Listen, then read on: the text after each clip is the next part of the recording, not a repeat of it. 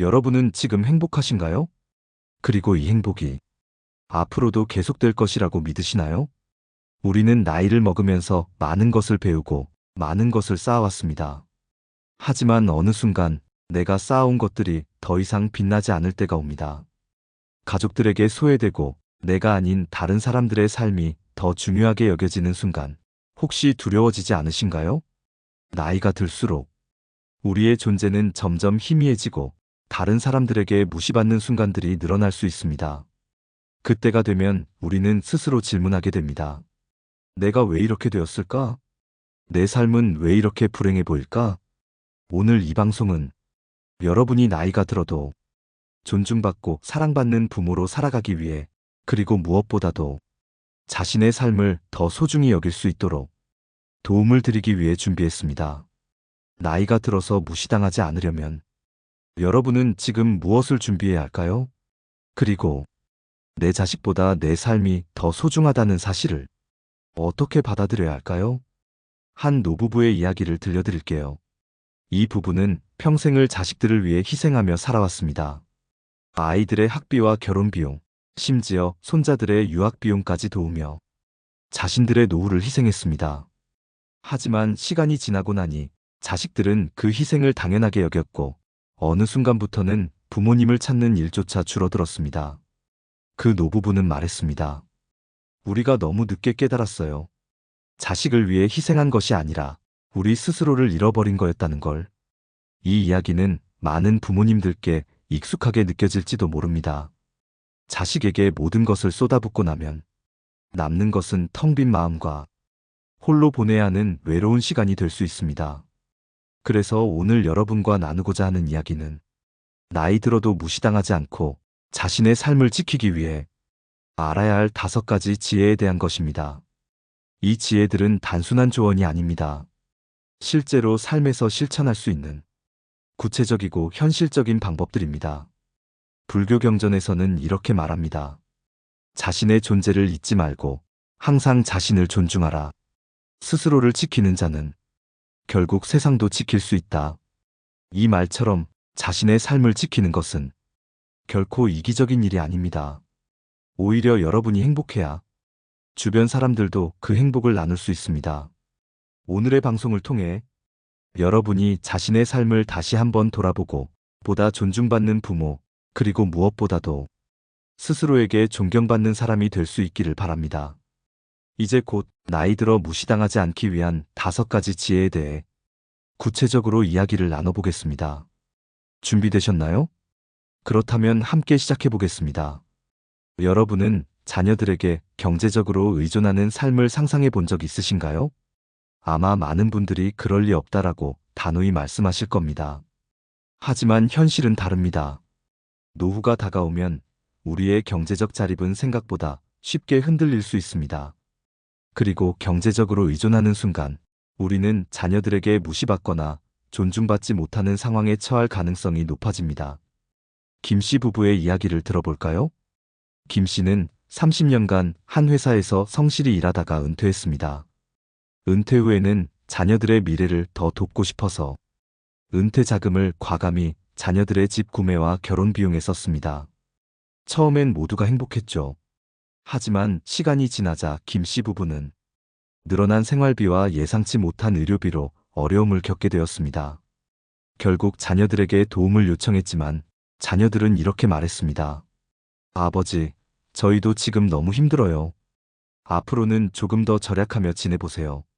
김 씨 부부는 자녀들에게 기대했던 지원을 받지 못하며 크게 상처를 입었습니다.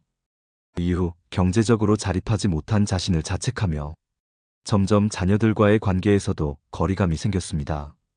여러분, 이 이야기는 우리에게 중요한 교훈을 줍니다. 자녀를 돕는 것이 부모의 의무처럼 느껴질 수 있지만 자신의 노후를 희생하면서까지 경제적 지원을 해서는 안 된다는 것입니다. 경제적 독립은 단순히 돈의 문제가 아닙니다. 그것은 우리가 삶에서 존중받고 자신의 결정을 자유롭게 내릴 수 있는 기반입니다. 경제적으로 독립하면 자녀들에게 의지하지 않고도 스스로의 삶을 지킬 수 있습니다. 그렇다면 경제적 독립을 유지하기 위해 어떤 점을 실천해야 할까요? 첫째, 절대 자산의 전부를 자녀들에게 물려주지 마세요. 재산 분배는 언제나 신중해야 합니다. 재산을 미리 증여하거나 모든 것을 자녀에게 물려주는 대신 자신의 필요를 먼저 충족할 수 있는 자금을 확보하세요. 자녀가 독립적으로 성장하도록 돕되 그들이 부모의 자산을 당연히 여기지 않도록 해야 합니다. 둘째, 노후를 대비한 안정적인 수입원을 유지하세요. 퇴직 후에는 정기적인 수입이 줄어들 수 있지만 이를 보완할 방법을 미리 계획해야 합니다. 연금, 저축, 혹은 소규모의 부업까지 여러 방안을 고민해 보세요. 불교에서는 미래의 불확실성을 대비하라는 가르침이 있습니다. 노후 준비는 지금 당장은 고되게 느껴질 수 있지만 미래의 평화를 주는 가장 큰 지혜입니다. 셋째, 소비 습관을 재점검하세요. 노후에는 고정 수입이 줄어들기 때문에 소비를 관리하는 능력이 더 중요합니다. 불필요한 지출을 줄이고 삶의 질을 유지하면서도 절약할 수 있는 방식을 찾아보세요. 김 씨 부부는 뒤늦게 이 사실을 깨닫고 자신의 경제적 독립을 회복하기 위해 작은 부업을 시작했습니다. 그 과정에서 그들은 새로운 활력을 얻었고 자녀들과의 관계도 천천히 회복할 수 있었습니다. 김 씨는 이렇게 말했습니다. 내 삶의 주인은 결국 나 자신이어야 한다는 것을 배웠습니다. 여러분도 기억하세요. 경제적 독립은 단순히 돈을 모으는 것이 아닙니다. 그것은 여러분의 존엄성을 지키고 삶에서 주체성을 유지하기 위한 중요한 수단입니다. 여러분은 현재 자신의 경제적 독립을 위해 어떤 노력을 하고 계신가요? 혹은 앞으로 어떤 계획을 세울 수 있을까요? 지금 이 질문을 스스로에게 던져보세요. 다음 파트에서는 무시당하지 않는 부모가 되기 위해 필요한 두 번째 지혜에 대해 이야기해 보겠습니다. 그것은 바로 자녀와의 건강한 관계를 유지하는 법입니다. 계속 함께 해주세요. 여러분은 자녀와의 관계가 어떠신가요? 혹시 여러분의 사랑이 지나치게 헌신적이거나 자녀의 삶에 깊이 개입하는 것은 아닌가요? 우리는 종종 사랑과 집착을 혼동하곤 합니다.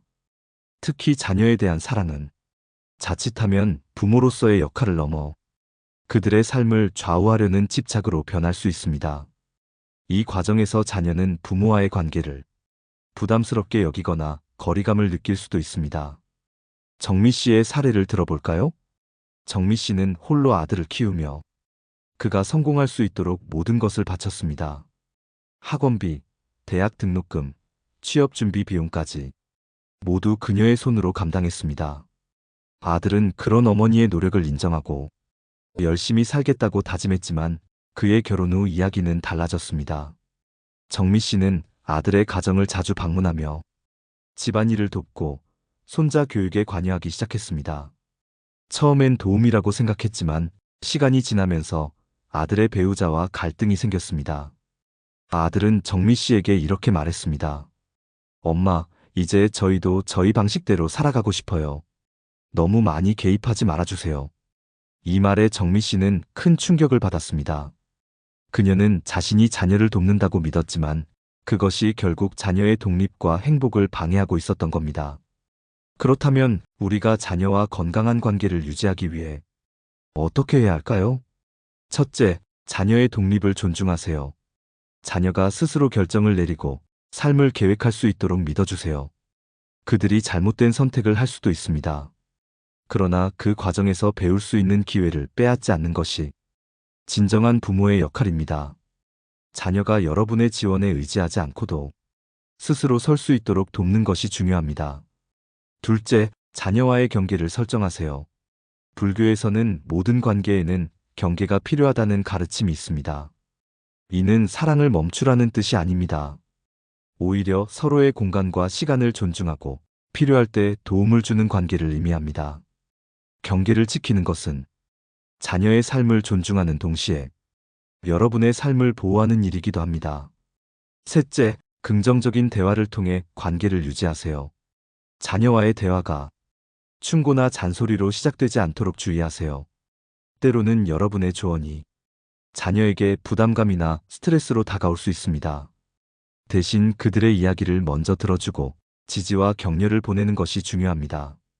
이 과정에서 자연스럽게 신뢰와 존중이 쌓입니다. 정미 씨는 아들의 말을 계기로 스스로의 행동을 되돌아보게 되었습니다. 그녀는 아들의 가정을 더 이상 자주 방문하지 않고 그의 결정과 선택을 존중하기로 했습니다. 정미 씨는 이렇게 말했습니다. 처음엔 정말 어려웠지만 이제는 그저 멀리서 응원하는 것만으로도 행복하다는 걸 깨달았어요. 여러분도 생각해 보세요. 자녀와의 관계에서 여러분은 진정으로 그들의 독립과 행복을 지지하고 계신가요? 혹은 지나치게 개입하고 있지는 않으신가요? 자녀와의 건강한 관계는 여러분이 무시당하지 않고 존중받는 부모가 되는 중요한 기반이 됩니다. 이제 다음 파트에서는 무시당하지 않는 부모가 되기 위한 세 번째 지혜, 바로 자신의 삶에 집중하는 법에 대해 이야기해 보겠습니다. 여러분의 삶은 여러분의 것입니다. 어떻게 그 가치를 되찾을 수 있을지 함께 생각해 보겠습니다. 여러분의 삶은 여러분의 것입니다. 그러나 우리는 종종 자신의 삶을 놓아버리고 자녀나 가족의 삶에 매달리곤 합니다. 그 결과 정작 자신의 행복은 뒷전이 되고 말죠. 이런 삶이 지속되면 우리는 점점 스스로를 잃어가고 주변 사람들에게도 가치를 인정받기 어려워집니다. 이제는 여러분이 자신의 삶을 되찾아야 할 때입니다. 자녀와 가족을 위해 살아온 시간만큼 이제는 스스로를 위해 살아가야 합니다. 그렇지 않으면 여러분의 인생은 누구에게도 중요하지 않은 남의 삶처럼 느껴질 수 있습니다. 이와 관련해 영수 씨의 이야기를 들려드리고 싶습니다.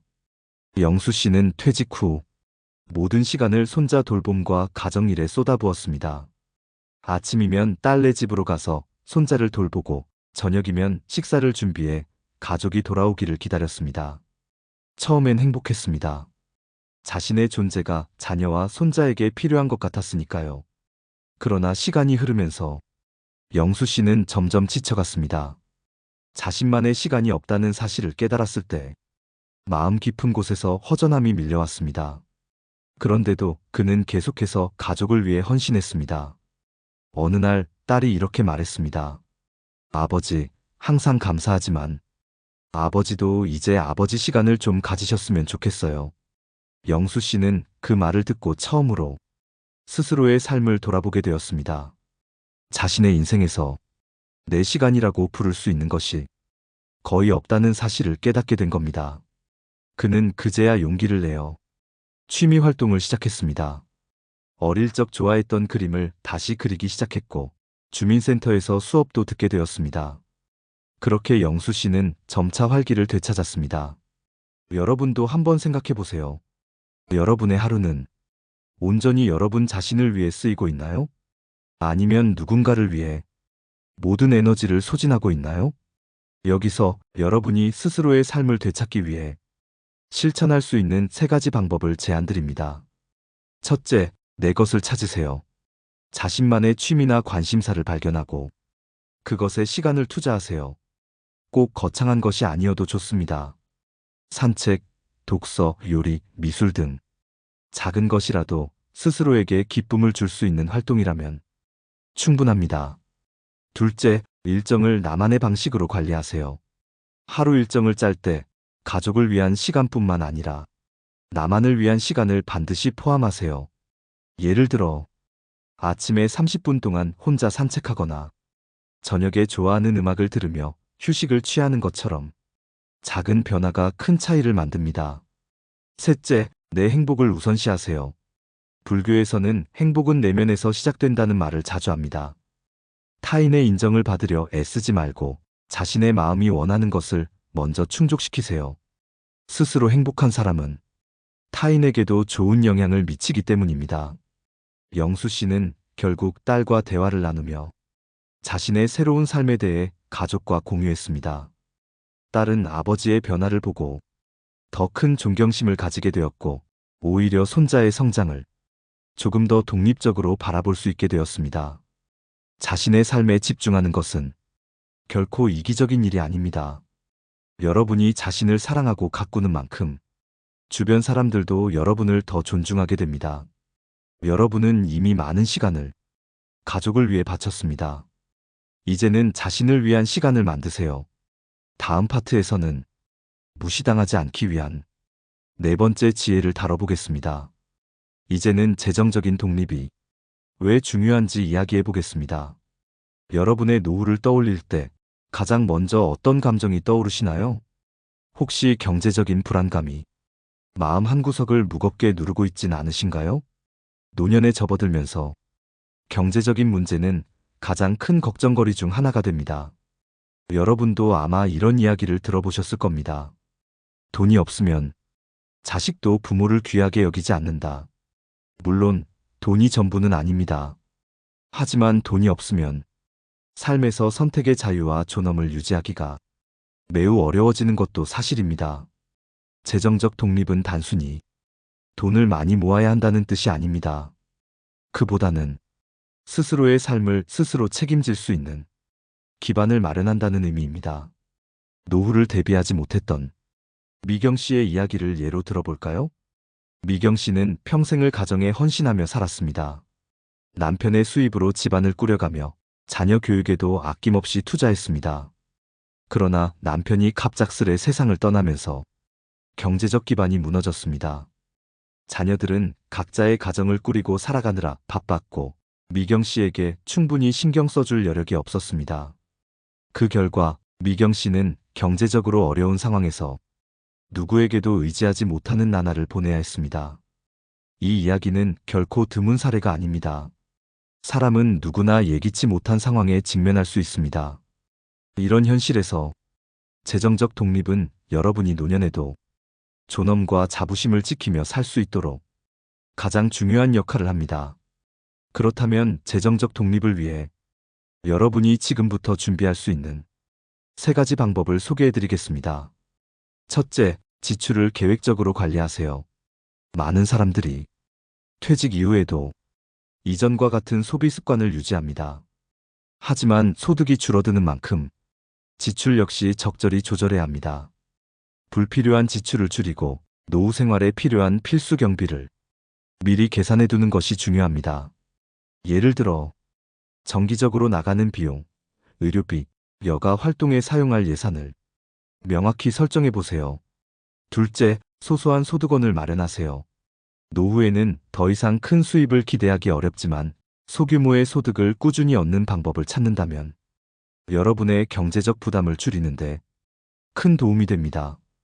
요즘에는 온라인을 통해 자신의 지식을 판매하거나 작은 사업을 시작하는 사례도 많습니다. 예를 들어 손재주가 있다면 작은 공예품을 만들어 판매하거나 글을 쓰는 재능이 있다면 블로그를 통해 수익을 낼 수도 있습니다. 셋째, 자산을 현명하게 관리하세요. 여러분의 재산이 있다면 그것을 안전하게 관리하는 것이 중요합니다. 무작정 자녀에게 자산을 이전하거나 경제적 지원을 해주는 것이 항상 최선은 아닙니다.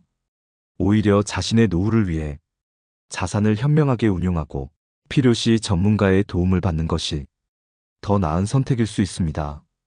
이와 관련해 불교에서는 욕망이 지나치면 삶의 중심을 잃게 된다는 가르침을 줍니다.